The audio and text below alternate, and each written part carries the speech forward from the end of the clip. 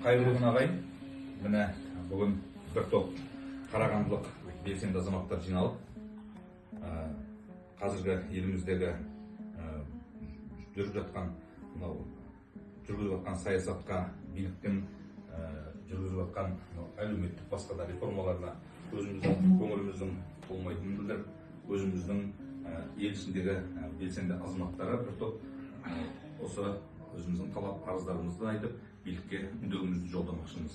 Сол мақсатта жиналған болатынбыз да, сондықтан да өзіміздің талап арыздарымызды айтуға рұқсат етіңіздер. Бақытжан, біздің қоғам белсендісі Бақытжан, осы қазір талаппен таныстырып өтсін.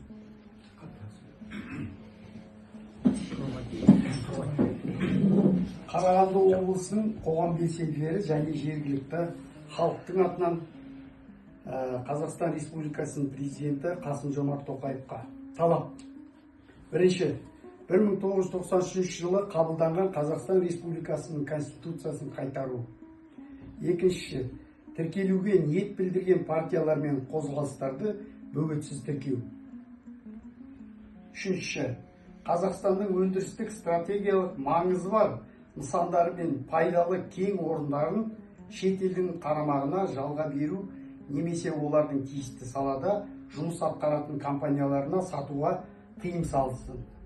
Бұған дейін бірлік қойған немесе сатылып кеткен өндірістік стратегиялық маңызы бар нысандар мен пайдалы кен орындарды мемлекетке қайтарылсын. Қазақстан Республикасының азаматтары мен шетел азаматтарының атына заңсыз рәсімделген қазба мен орындары мемлекет меншігіне қайтарылсын. Бесінші, Қазақстан Республикасы Евразиялық экономикалық одақтан, кедендік одақтан, Шанхай ынтымақтастық ұйымынан, ұлттық қауіпсіздік шарттық ұйымынан шықсын. Алтыншы, егіндік, жайылымдық, шабындық жерлер жалға тек қана Қазақстан Республикасының тума азаматтарына ғана берілсін. Жер шетел азаматтарының былай қойғанда Қазақстан Республикасының тума азаматтарына да сатылмасын.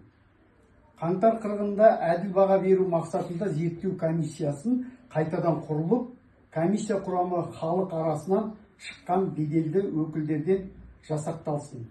Сегізінші,